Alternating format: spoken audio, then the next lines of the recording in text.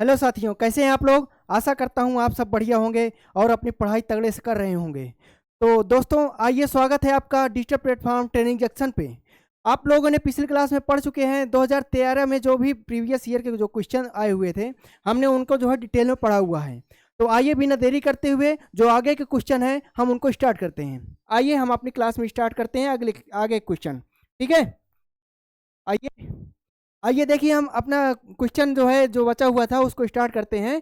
बच्चों के सामाजिक विकास में देश का विशेष महत्व है। खेल का, बाल साहित्य का, दिनचर्या का या संचार माध्यम का। बताइए कौन सा ऑप्शन सही है। बच्चों के सामाजिक विकास में उनका जो सामाजिक विकास करना है तो उसमें क्या क्या महत्व है बताइए। क्या खेल का महत्व है। खेल विधि का आपको बताया गया होगा, आप पिछली बार भी बताए हैं और भी क्वेश्चन आए थे, उसमें क्या बताया गया कि जो खेल का महत्व होता है वो बहुत ही इंपॉर्टेंट होता है। बच्चे जो है खेल खेल में ही सीखते हैं। ठीक है, तो उनका खेल का महत्व बिल्कुल ऑप्शन सही है। ठीक है, ऑप्शन ए बिल्कुल सही है। ठीक है, बाल साहित्य है, लेकिन वो किसके लिए है। बाल साहित्य बच्चा तो जानता नहीं है, बच्चा तो जानता नहीं है, तो शिक्षक जानते हैं, टीचर्स जानते हैं। ठीक है, तो इसका जो है ज़्यादा प्रभाव नहीं पड़ने वाला।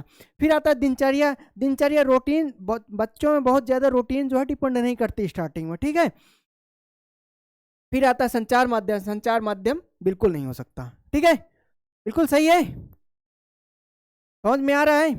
आगे क्वेश्चन देखें, आइए।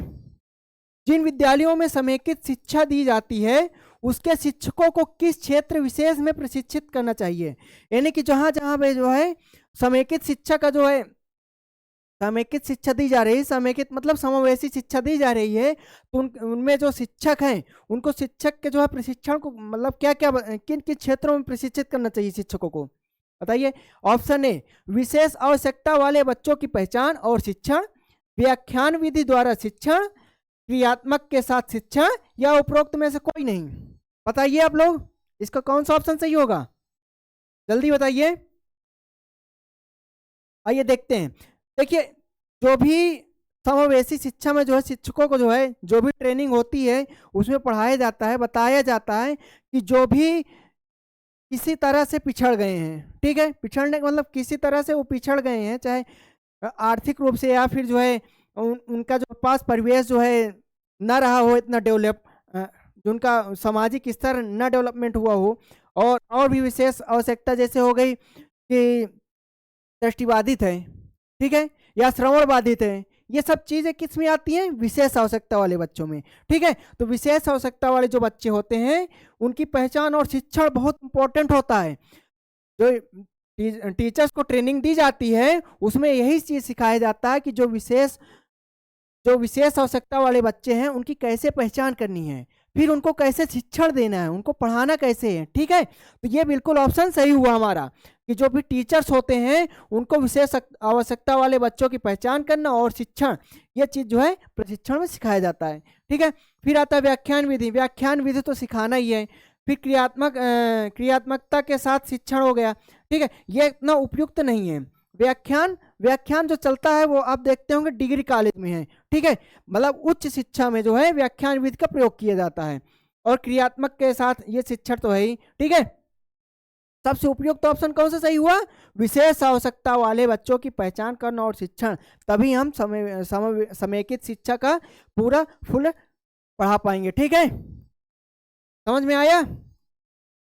आइए अगले क्वेश्चन की तरफ चलते हैं। बहुत ही अच्छा क्वेश्चन है। कोहल वर्ग का विकास सिद्धांत निम्न में से किससे संबंधित है। बताइए, कोहल वर्ग ने कौन सा सिद्धांत दिया है। कोहल वर्ग ने कौन सा सिद्धांत दिया, भाषा विकास, संज्ञानात्मक विकास, नैतिक विकास, या सामाजिक विकास। बताइए। देखिए, संज्ञानात्मक विकास हमने पिछली कक्षा में पढ़ा चुके हैं हम कि संज्ञानात्मक विकास को किसने दिया था। बताइए आप लोग, संज्ञानात्मक विकास किसने दिया था। आपको पढ़ाया गया है कि संज्ञानात्मक विकास की चार अवस्थाएं बताई गई हैं, और किसने बताया है, जीन पियाजे। जो जीन पियाजे महोदय हैं इन्होंने ही संज्ञानात्मक विकास की अवस्थाएं बताई हैं। ठीक है, देखिए हमने बताया संज्ञानात्मक विकास हो गया या बौद्धिक विकास हो गया या ज्ञान का विकास हो गया, ये जहां भी आएगा वहां जीन पियाजे हमारे हैं। ठीक है, आप ये ना कंफ्यूज हो जाइए कि संज्ञानात्मक आ रहा है कहीं बौद्धिक आ रहा है तो आप कंफ्यूज हो जाएं। ठीक है, फिर आता है नैतिक विकास। जो कोहल वर्ग हैं इन्होंने ही नैतिक विकास का प्रतिपादन किया है, नैतिक विकास सिद्धांत दिया है। ठीक है, ये चीज आप ध्यान में रखिएगा। फिर आता है सामाजिक विकास। सामाजिक विकास जो है हमारे एक मनोवैज्ञानिक थे जिनका नाम है लेओ वाइगोत्स्की। लेओ वाइगोत्स्की महोदय ने कौन सा सिद्धांत दिया है? सामाजिक विकास का सिद्धांत। ठीक है, तो आइए देखिए नैतिक विकास। नैतिक विकास ये है क्या जो कोहल वर्ग ने सिद्धांत दिया है नैतिक विकास, इसमें है क्या क्या? आइए देखते हैं, बहुत ही मजा आएगा। आइए देखते हैं। देखिए कोहल वर्ग का जो सिद्धांत है इन्होंने कौन से मोरल डेवलपमेंट थ्योरी दी है, नैतिक विकास का सिद्धांत। नैतिक विकास का सिद्धांत किसने दिया है? कोहलबर्ग। आप ध्यान में रखिएगा।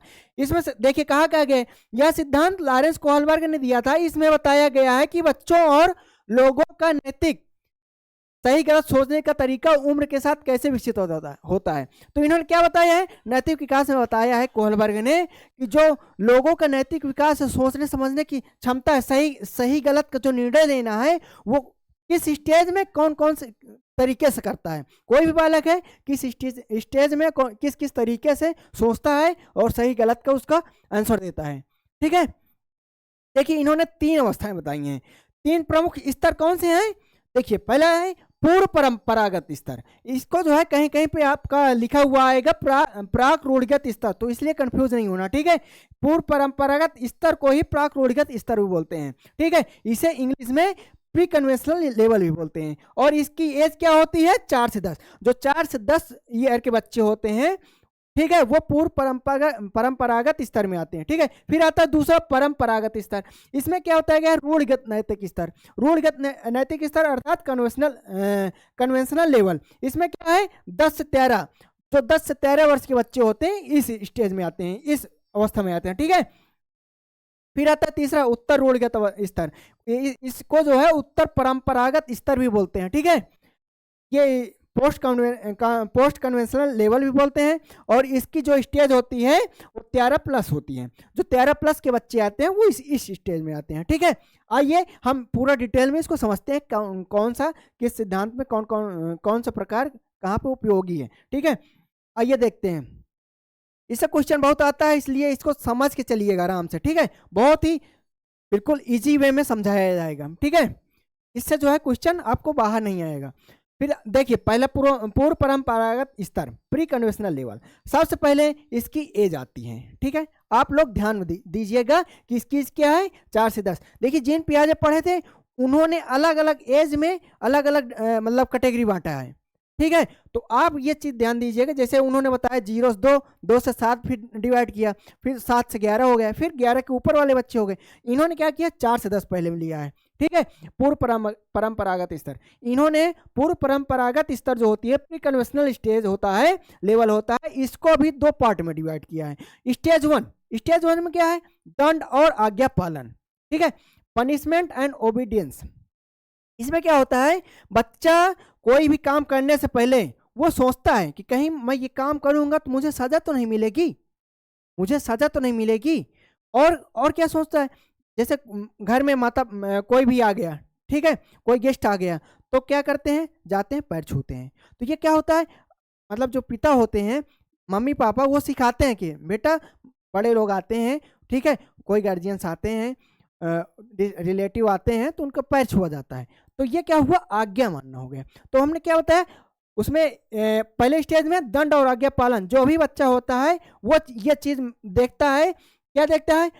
पनिशमेंट और ओबीडियंस, कि अगर सजा मिलेगी, मतलब बच्चा, देखिए इसमें क्या कहते हैं? बच्चा सोचता है अगर सजा मिलेगी तो गलत है, क्योंकि सजा मिलना तो गलत है ही ना। ठीक है, इसलिए वो आज्ञा पालन करता है। ठीक है, इसमें बच्चा चोरी नहीं करता क्योंकि उसे डर है कि उसे डांट पड़ेगी। ठीक है, समझ में आ गया? दंड और आज्ञा पालन। इनकी दूसरी स्टेज क्या कहती है? दूसरी स्टेज में क्या है? इन्होंने कहा है व्यक्तिगत लाभ। जो बच्चा होता है वो व्यक्तिगत लाभ पे डिपेंड होता है। ठीक है, मुझे मतलब ये करना है, मेरे लिए ये प्रॉफिट होगा, बाकी दुनिया भाड़ में जाए, मुझसे कोई मतलब नहीं है। जैसे आप देखते होंगे टीवी चल रही है घर में टीवी चल रही है। अब वो जो है बोला कि मुझे डोरेमोन देखना है, डोरेमोन देखना है, तो उसी को देखना है। दूसरा कोई क्या कर रहा है क्या नहीं, मुझसे कोई मतलब नहीं है। वो केवल अपना लाभ देखता है, वो केवल अपना लाभ देखता है और किसी से मतलब नहीं है। ठीक है, तो व्यक्तिगत लाभ में बच्चा सोचता है मुझे क्या फायदा है, मुझे फायदा क्या है, मैं तुम्हारी मदद करूंगा अगर तुम मेरी मदद करोगी। इसमें यह भी भावना रहती है कि वो सोचता है कि अगर मैं तुम्हारी हेल्प कर रहा हूं तो तुम इसके बदले मुझे क्या दोगे। जैसे स्कूल में जाते हैं तो बच्चे जो है पेंसिल जो है एक दूसरे से ले लिए। अब मान लीजिए किसी के पास पेन नहीं है, पेंसिल नहीं है, तो वो लेता है पेंसिल, तो कोई भी देता है अगर कोई भी लड़का दूसरे को, तो सोचता है इसमें मेरा क्या फ़ायदा है। ठीक है, ये सब चीज़ें होती हैं। ठीक है, देखिए ये एक दूसरे से झगड़ रहे हैं। ठीक है, ये ओबीडेंस हो गया। ठीक है, इसमें क्या कहा गया, ये देखिए इसमें डांट पड़ रही है, यहाँ पे आज्ञा पालन समझाया जा रहा है कैसे कैसे करना है। ठीक है, समझ में आ गया। पूर्व परंपरागत स्तर होता है, ठीक है, 4 से 10 साल। फिर आइए देखते हैं कोहलबर्ग का जो अगला सिद्धांत क्या है, अगला जो है स्तर क्या है, परंपरागत स्तर यानी कन्वेंशनल लेवल। ये क्या होती है स्टेज 10 से 13। ठीक है, इस चीज को ध्यान में रखिएगा, इससे क्वेश्चन आता है कि जो परंपरागत स्तर होती है, या फिर कोई एग्जाम्पल दे दिया कि कोई भी लड़का है या लड़का है लड़की है, वो जो है स्कूल में जो है अच्छे नंबर प्राप्त करने के लिए जो है पढ़ाई कर रहे हैं, तो ये सब कौन सी स्टेज में आ जाएगा। ठीक है, इस चीज़ को आप ध्यान में रखिएगा। फिर आता देखिए इसमें क्या है, परंपरागत स्तर, इसको भी इन्होंने 2 स्टेज में बांटा है। 2 स्टेज कौन सी हैं, देखिए स्टेज कौन कौन सा है, एक ये है और एक ये है, 2 स्टेज। ठीक है, 2 स्टेज कौन कौन से हैं, एक ये हो गया हमारा और एक ये। 2 स्टेज देखिए, पहले है कि अच्छा लड़का और अच्छी लड़की।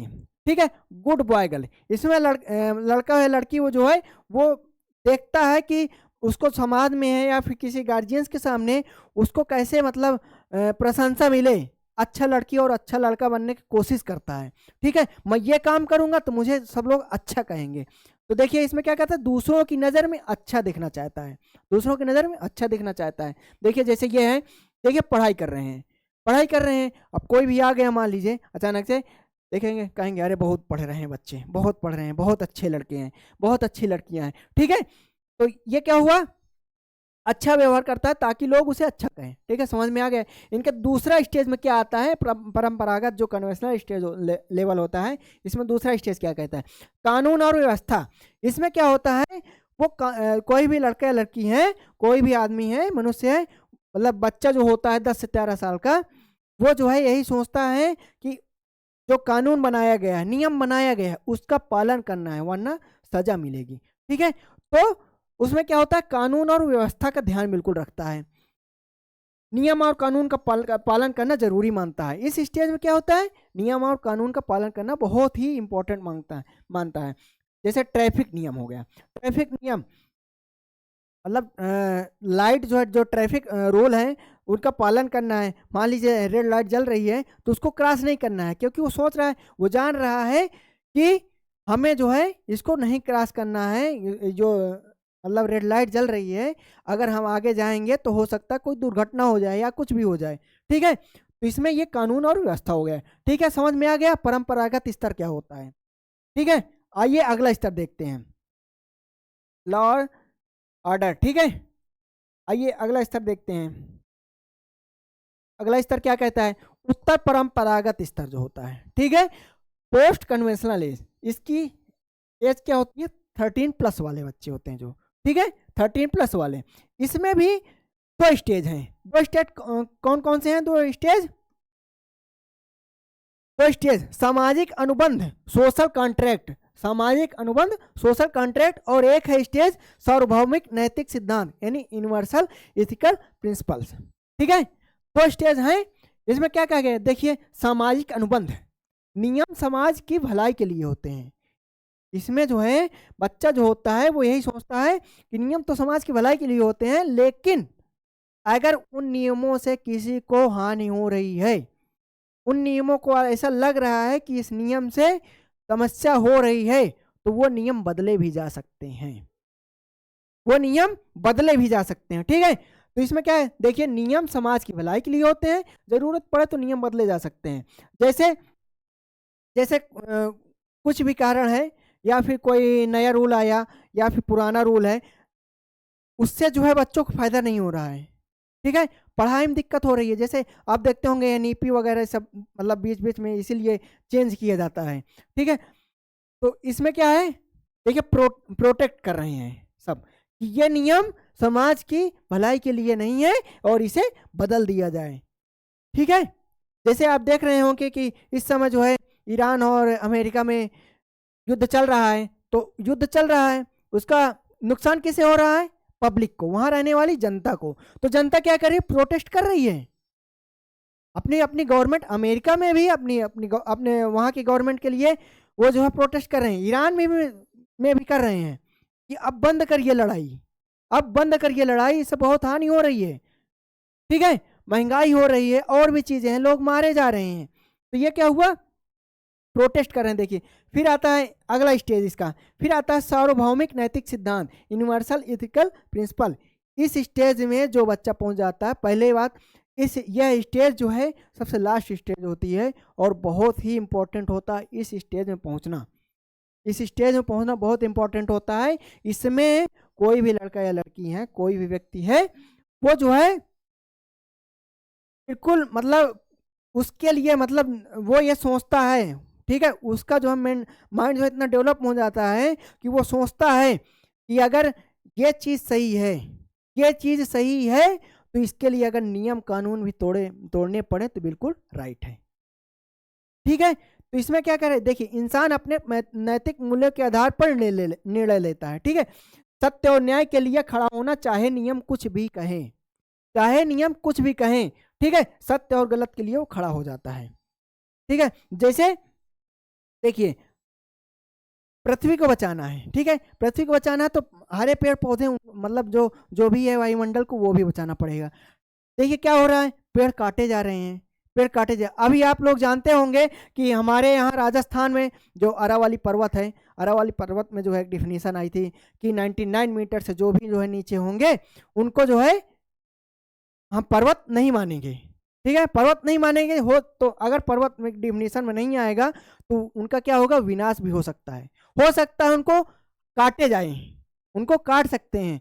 तो वहां के लोगों ने प्रोटेस्ट किया इसके खिलाफ। तो यही क्या कह रहा है कि सत्य और न्याय के लिए खड़ा होना, चाहे नियम कुछ भी हो। ठीक है, क्योंकि अगर वहां जो है पर्वत अगर काटे जाते तो बहुत नुकसान होता, बहुत ज्यादा ही नुकसान होता। आप इसके बारे में तो जानते ही होंगे कि कितना नुकसान हो सकता है। ठीक है, तो ये हमारे जो है तीनों स्टेज तीनों जो है लेवल हो गए और उनके स्टेज हो गए। ठीक है, इससे क्वेश्चन आता है, बहुत आते हैं। ठीक है, इन चीजों को आप ध्यान में रखिएगा, समझ में। इस अधिगम मनोवैज्ञानिक ने बाल अधिगम विकास में पुरस्कार को महत्व तो नहीं दिया है। ठीक है, कौन से अधिगम वैज्ञानिक थे जिन्होंने बाल अधिगम विकास में पुरस्कार को महत्व नहीं दिया। ठीक है, पुरस्कार को देखिए थार्नडाइक, स्किनर, पावलोव या गुथरी। इसका ऑप्शन बताइए कौन सा सही है, गुथरी। जो गुथरी थे इन्होंने बोला है कि पुरस्कार जो है अधिगम विकास में सहायता नहीं करता है। ठीक है, इन्होंने ये कहा है। लेकिन हमारे थार्नडाइक हो गए, ठीक, स्किनर हो गए और पावलोव, इन्होंने जो भी थ्योरी दी है, इन्होंने जो भी थ्योरी दी है वो जो है किसमें थी, पुरस्कार पर डिपेंड थी। ठीक है, पुरस्कार देने से क्या होता, इन्होंने ये कहा है कि अगर पुरस्कार देते हैं बच्चों को सीखने में तो वो और तीव्र गति से सीखते हैं। ठीक है, इनमें पूछा गया पुरस्कार को महत्व किसने नहीं दिया, गुथरी। समझ में आ गया। आगे अगला क्वेश्चन आइए, भाटिया बैटरी का प्रयोग निम्न में से किसके परीक्षण हेतु किया जाता है। जो भाटिया बैटरी परीक्षण है उसका प्रयोग किस लिए किया जाता है बताइए, व्यक्तित्व के लिए, व्यक्तित्व की जांच के लिए, या बुद्धि की, या सृजनात्मकता, या अभिवृत्ति। अभिवृत्ति मतलब क्या होता है, एटीट्यूड। बताइए कौन सा ऑप्शन सही है। देखिए व्यक्तित्व को जो है, जो व्यक्तित्व जो है वो किससे मतलब माना जाता है, नापा जाता है। देखिए इसके लिए परीक्षण, इसके लिए व्यक्तित्व की जांच के लिए परीक्षण करवाए गए थे। उसमें आता है मेन हमारा CAT होता है, ठीक है, CAT होता है वो बच्चों के लिए होता है, और एक होता है TAT होता है वो जो है वयस्कों के लिए होता है। ये दो परीक्षण थे, बहुत इंपॉर्टेंट है, ये भी आता है क्वेश्चन में, ठीक है। बुद्धि, हाँ, जो भाटिया बैटरी परीक्षण थी इन्होंने बुद्धि के लिए ही किया है। भाटिया बैटरी परीक्षण जो है बुद्धि के लिए, ठीक है। ऑप्शन बी, सृजनात्मकता बिल्कुल नहीं है और अभिवृत्ति भी नहीं है। भाटिया बैटरी का प्रयोग किस परीक्षण हेतु किया गया था? बुद्धि के परीक्षण हेतु। समझ में आ गया? आइए बढ़िया, अगले क्वेश्चन का स्वागत करते हैं। किसी शिक्षक को यदि यह लगता है कि उसका एक विद्यार्थी जो पहले विषय वस्तु को भली प्रकार सीख रहा था उसमें स्थिरता आ गई है, तो शिक्षक को इसे क्या करना चाहिए? सीखने की प्रक्रिया को स्वाभाविक स्थित मानना चाहिए, विषय को स्पष्टता से पढ़ना चाहिए, विद्यार्थी को प्रेरित करना चाहिए, उपचारात्मक शिक्षण करनी चाहिए। बताइए इसका ऑप्शन कौन सा सही होगा? बहुत लोग इसको गलत करेंगे, बहुत लोग इसको गलत कर देंगे। बताइए, अगर आप क्वेश्चन और ऑप्शन आप समझ लेंगे तभी आप इसको सही कर पाएंगे, वरना बहुत लोग इसको गलत करेंगे, ये तो निश्चित है। देखिए बहुत लोग उसको कह देंगे प्रेरित होता है, मोटिवेट करते हैं विद्यार्थियों को तो ज़्यादा सीखता है, तो इसको देख के तुरंत ऑप्शन लगा दिए करेक्ट, बिल्कुल गलत है, ठीक है। उपचारात्मक शिक्षण हो गया, ये निगानात्मक शिक्षण के बाद आता है। उपचारात्मक शिक्षण देख लिए, बहुत लगा दिए तुरंत, ये भी नहीं होगा। उपचारात्मक शिक्षण होता क्या है पता है ना आप लोगों को? देखिए एक होता है उपचारात्मक और एक होता है निगनात्मक, ठीक है। तो उसमें क्या होता है, जो वो होता है हमारा उपचारात्मक शिक्षण होता है, इसके बाद होता है तुरंत, ठीक है। जब भी हमें रिजल्ट ये प्राप्त हो जाता है कि समस्या किसमें है, ठीक है, समस्या किसमें है, ठीक है, तब उस पर उपचार करते हैं, तब उस पर उपचार करते हैं, ठीक है। ये उपचारात्मक शिक्षण हो गया। विद्यार्थी को प्रेरित नहीं, देखिए इसका ऑप्शन कौन सही हुआ? बिल्कुल ए इसका ऑप्शन सही हुआ, क्योंकि देखिए सीखने की प्रक्रिया को स्वाभाविक स्थित मानना। देखिए कभी कभी क्या होता है कि बच्चे लगातार सीखते रहते हैं, बच्चे लगातार सीखते रहते हैं, लेकिन कभी ऐसे मतलब हो जाता है कि उनके जो सीखने का स्तर होता है वो एक जो है फिक्स हो जाता है, कुछ समय के लिए वो रुक जाता है, ठीक है। तो इसमें क्या कहा गया, किसी शिक्षक को यह लगता है कि उसका एक विद्यार्थी जो पहले विषय वस्तु को भली प्रकार सीख रहा था उसमें स्थिरता आ गई है। शिक्षक को इसे सीखने की प्रक्रिया को स्वाभाविक स्थित मान लेना चाहिए। हाँ, सीखने की जो प्रक्रिया है उसकी स्वाभाविक स्थित मानना चाहिए, क्योंकि कभी कभी होता है बच्चे सीखते सीखते कुछ समय के लिए उनका मतलब रुक जाता है, स्थायी हो जाता है सीखना, ठीक है। तो इसलिए बहुत घबराना नहीं है, इसको जो है एक स्वाभाविक स्थिति माननी चाहिए, ठीक है, ठीक है। अगला देखते हैं, देखिए अगला ऑप्शन, अगला क्वेश्चन, अधिगम क्षमता निम्नलिखित में से किससे प्रभावित नहीं होती है? अधिगम जो क्षमता होती है निम्नलिखित में से किससे प्रभावित नहीं होती है? आनुवंशिकता, वातावरण, प्रशिक्षण, शिक्षण या राष्ट्रीयता? बताइए इसका ऑप्शन कौन सा सही होगा? हमने जो है पिछले जस्ट इसी सेट में 2013 के ही प्रीवियस ईयर में ये एक क्वेश्चन और इससे आ चुका है, पिछली कक्षा में हमने पढ़ाया भी है और सारा पूरा जो है डिटेल में बताए थे। व्यक्तिगत जो होता है, व्यक्तिगत कारक कौन से हैं, सामाजिक कारक कौन से हैं अधिगम को प्रभावित करने वाले, मनोवैज्ञानिक कारक कौन से हैं, शिक्षण कारक कौन से हैं, ठीक है, इसको हमने बताया भी है। तो बताइए, आप लोग पढ़े होंगे तो आपको याद होगा, बताइए इसका ऑप्शन कौन सा सही होगा? जल्दी बताइए, बताइए। देखिए अनुवांशिकता जो है बिल्कुल उस पर इफेक्ट होता है। क्या होता है कि जैसे अनुवांशिकता होता है, कभी कभी जो है कुछ मतलब जो जीन, अनुवांशिकता मतलब जो होता है वो जीन से रिलेटेड होता है, ठीक है, कि माता पिता में जो लक्षण है वो जो है उनके कुछ लक्षण बच्चों में ट्रांसफर हो जाते हैं, ठीक है। अनुवांशिकता हो गया, अनुवांशिकता इंपॉर्टेंट होती है। जैसे कभी कभी होता है कि यदि मम्मी पापा हैं उनको जो है मतलब सुनने में या देखने में कमी है महसूस हो रही है तो उसके लक्षण भी पहुंच जाते हैं, ठीक है। और भी कई सारे लक्षण हैं विकलांगता संबंधित, ठीक है। तो ये जो है बिल्कुल इफेक्ट करता है आनुवंशिकता। ठीक है, वातावरण, आपके आसपास का परिवेश कैसा है, ठीक है, ये भी बहुत, वातावरण भी बहुत प्रभावित होता है। प्रशिक्षण और शिक्षण, ये भी बहुत प्रभावित होता है, आप किस शिक्षण विधि का जो है उपयोग कर रहे हैं, किस हिसाब से पढ़ा रहे हैं बच्चों का। ठीक है, ठीक है, ये भी बहुत इंपॉर्टेंट होता है। ठीक है, तीनों ऑप्शन सही हो गए। तो हमारा ऑप्शन जो है कौन सा प्रभावित नहीं करता, हमने क्या बताया था, निगेटिव का आंसर निगेटिव, राष्ट्रीयता। ठीक है, राष्ट्रीयता अधिगम क्षमता में प्रभावित नहीं करती है। ठीक है, आइए अगला ऑप्शन देखते हैं। विकास का वह सही संबंध बताइए, वह नहीं, विकास का वही संबंध परिपक्वता से है जो उद्दीपन का, किससे है, परिवर्तन, प्रतिक्रिया, प्रयास या परिणाम। बताइए,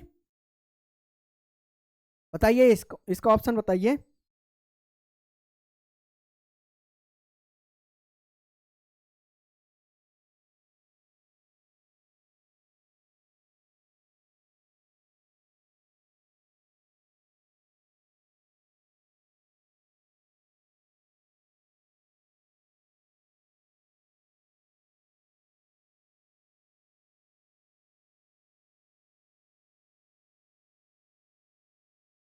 बताइए बताइए आप लोग।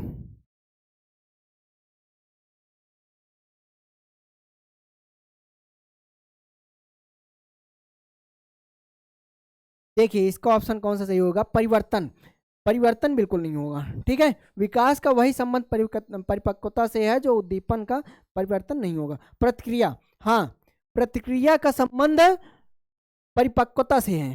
ठीक है, विकास का वही संबंध परिपक्वता से है जो उद्दीपन, उद्दीपन का संबंध, सॉरी, उद्दीपन का संबंध प्रतिक्रिया से है।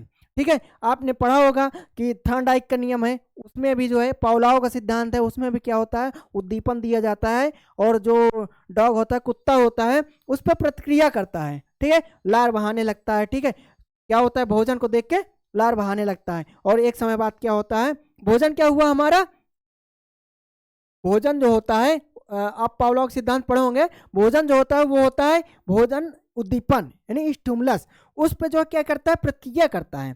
प्रतिक्रिया क्या करता है कि उसके पास खाना ले जाते हैं। ठीक है, कुत्ता होता है, उसके पास खाना ले जाते हैं, पहले घंटी बजाते हैं, घंटी बजाने के बाद तुरंत खाना ले जाते हैं। खाना वो देख कर जो है बहुत ही मतलब अंदर से जो है बहुत उसका मन मतलब खुश हो जाता है। फिर क्या करता है, अगले दिन जो है जब मतलब ये बार बार ये प्रक्रिया होने लगती है तो क्या होता है, घंटी बजते ही उसके मुंह से लार टपकने लगती है, लार आ जाती है उसके मुंह में, क्योंकि उसको लग रहा है कि खाना मिलेगा, मुझे खाना मिलने वाला है। तो उसका जो है जो उद्दीपन था, भोजन, भोजन उसका उद्दीपन था, खाना। ठीक है, लेकिन कुछ समय बाद क्या होता है, यही भोजन जो उद्दीपन था वो घंटी पे फिक्स हो जाता है। जो भोजन पे उद्दीपन था उस कुत्ते का, वो जो है घंटी पे चला जाता है, क्योंकि अब घंटी बजते ही वो प्रतिक्रिया दे रहा है। ठीक है, लार उसके मुंह में आ जा रही है। ठीक है, इसका ऑप्शन कौन सा सही हुआ, ऑप्शन बी, विकास का वही संबंध परिपक्वता से है जो उद्दीपन का प्रतिक्रिया से है, प्रयास बिल्कुल नहीं है। ठीक है, परिणाम भी नहीं है। आइए अब अगला ऑप्शन, अगला ऑप्शन देखिए, अपनी कक्षा के एक विद्यार्थी की प्रवृत्ति को यदि शिक्षक बदलना चाहता है। ठीक है, ठीक है, कक्षा में एक विद्यार्थी है जिसकी प्रवृत्ति को यदि शिक्षक बदलना चाहता है तो उसे विद्यार्थी के साथ कड़ाई से पेश आना होगा, कक्षा के अन्य विद्यार्थियों को उससे न जानने योग्य दूरी बनाए रखने के लिए कहना होगा, उसके समूह के सभी सदस्यों की प्रवृत्ति बदलनी होगी, विद्यार्थी को पढ़ने के लिए प्रेरित करना होगा। बताइए इसका ऑप्शन कौन सा सही होगा, बताइए।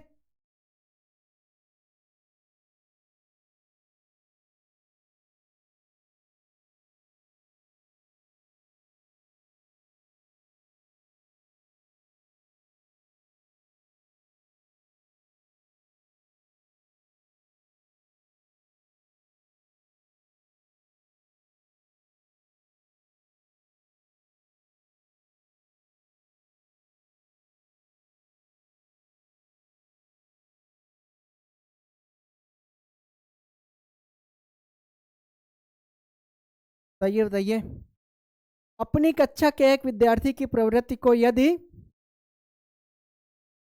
शिक्षक बदलना चाहता है। ठीक है, एक बच्चा है जिसकी प्रवृत्ति को बदलना चाहता है शिक्षक, तो विद्यार्थी के साथ कड़ाई से पेश, देखिए कड़ाई तो करनी ही नहीं है, हमेशा जो है जो भी हमारा आंसर होगा बच्चे के फेवर में होगा, ठीक है। ऑप्शन गलत हो गया। फिर आता कक्षा के अन्य विद्यार्थियों को उससे न जानने योग्य दूरी बनाए रखने के लिए कहा जाए, ऐसा कुछ भी नहीं कहना है, ठीक है। दूरी बिल्कुल नहीं, क्योंकि समावेशी में क्या होता है, सब साथ में मिलकर चलाना होता है, ठीक है। फिर आता है अगला ऑप्शन, उसके समूह के सभी सदस्यों की प्रवृत्ति बदलनी होगी। हाँ, ये बिल्कुल सही है। यदि कोई भी लड़का है, ठीक है, अगर उसकी प्रवृत्ति हमें बदलनी है तो उसके समूह में, ग्रुप में जो भी बच्चे आते हैं, ग्रुप में उसके साथ रहते हैं, तो सबसे पहले उनकी जो थिंकिंग है, प्रवृत्ति है, सोच है, वो चीज़ बदलनी होगी, ठीक है। उनका जो सोचने का नज़रिया है, प्रवृत्ति है, थिंकिंग है, सोच है, वो सब जो है बदलनी पड़ेगी हमें, ठीक है। ये आप लोग सोच रहे होंगे कि जैसे कोई विद्यार्थी है, अगर हम सब के सोच बदलने जाएं, प्रवृत्ति बदलने जाएं, तो हमें बहुत टाइम लगेगा और ज़रूरी नहीं है कि वो बदल जाए। तो हमें एक विद्यार्थी को जो जिसकी बदलनी है, तो हम क्यों ना उसी की केवल बदल लें। आप लोग ऐसा सोच रहे होंगे कि क्यों ना हम उसकी प्रवृत्ति बदलें, क्योंकि हमें तो एक विद्यार्थी जो मेन है उससे मतलब है ना।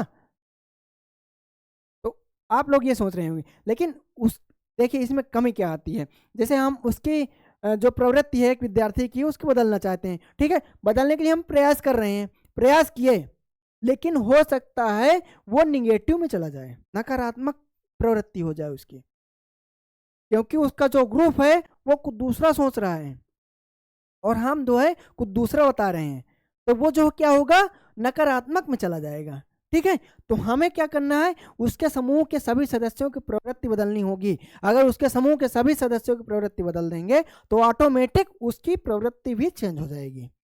समझ में आया? देखिए ऐसे क्वेश्चन को सॉल्व करना है, ठीक है, समझते हुए। विद्यार्थी को पढ़ने के लिए प्रेरित करना, प्रेरित करने से नहीं बदलने वाली, ठीक है। आइए देखते हैं। देखिए हमारा एक ऑप्शन था, क्वेश्चन था,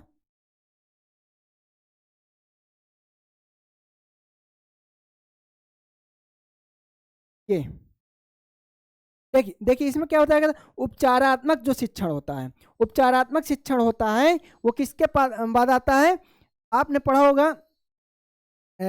देखिए जो आगमन विधि होती है, निगमन विधि होती है, तो ये शिक्षण विधियां होती हैं। जो उपचारात्मक शिक्षण विधियां होती है, इसका उपयोग कब करना चाहिए,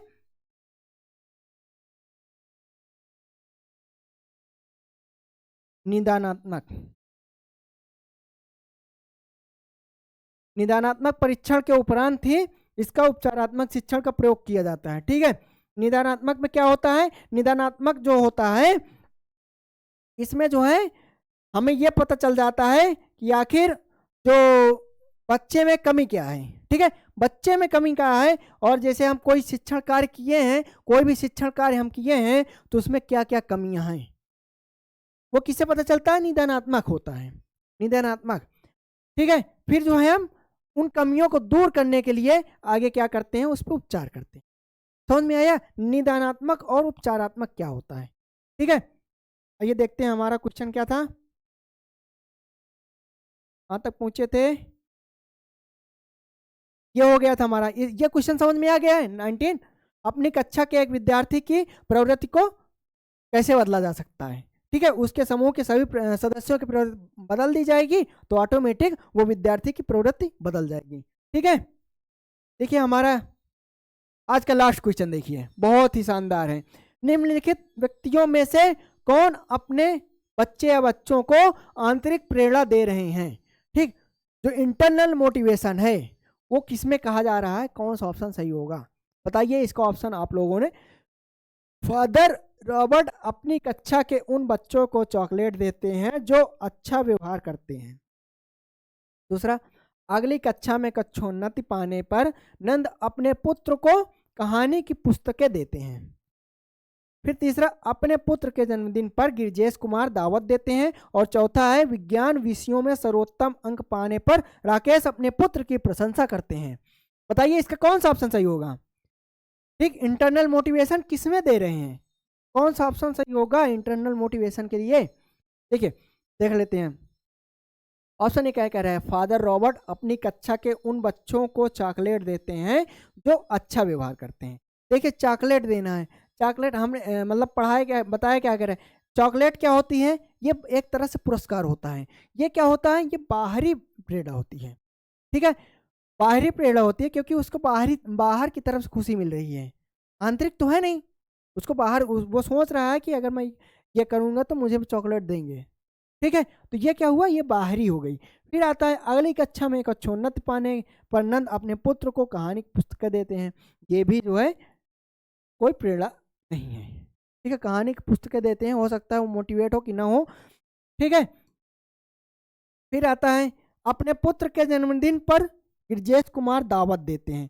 दावत ये भी कोई इंटरनल मोटिवेशन नहीं है, आंतरिक प्रेरणा नहीं है, ठीक है भाई कि मेरे पुत्र का जन्मदिन है, सभी का निमंत्रण है, तो इसके लिए जो है ये कोई आंतरिक प्रेरणा नहीं है, कोई अंदर से प्रेरित नहीं होता है। फिर आता है विज्ञान विषयों में सर्वोत्तम अंक पाने पर राकेश अपने पुत्र की प्रशंसा करते हैं। हाँ, क्योंकि क्या कह रहे हैं, राकेश जो है वो अपने पुत्र की प्रशंसा क्यों करते हैं, क्योंकि वो विज्ञान में सबसे अधिक अंक पाया है, टॉप किया है विज्ञान में टॉप किया है, तो उन्होंने अपने पुत्र की प्रशंसा की, तो बच्चे को भी इंटरनल लगेगा कि हाँ मैंने ये किया है, तो इसीलिए जो है मुझे इतनी प्रशंसा हो रही है मेरी, ठीक है, तो वो जो है इंटरनली रूप से मोटिवेट हो जाएगा, ठीक है, समझ में आ रहा है। आज हमने इतने क्वेश्चन पढ़ा है, इसमें किसी को भी कोई भी समस्या हो तो बिल्कुल बताइएगा, कमेंट करिएगा, और हाँ चैनल को सब्सक्राइब कर लीजिए और लाइक कर दीजिएगा, अगर क्लास अच्छी लगी हो तो कमेंट कर दीजिएगा, ठीक है। देखिए हम सीडीपी में हमें क्वेश्चन को समझना बहुत इंपॉर्टेंट होता है, क्वेश्चन जब समझेंगे तभी हम आसानी से क्वेश्चन को सॉल्व कर लेंगे। कोई भी ऑप्शन है हम सोचते क्या है, समझते नहीं हैं, क्वेश्चन अगर अच्छे से समझेंगे तो क्या होगा, सही क्वेश्चन सही ऑप्शन टिक होगा। नहीं आप जो है देखिए अभी जो है पिछला ही एक क्वेश्चन बताए हुए थे, इसमें क्या था कि आप लोग जो है, इसमें क्या था कि आप लोग जो है देखे कि तुरंत जो है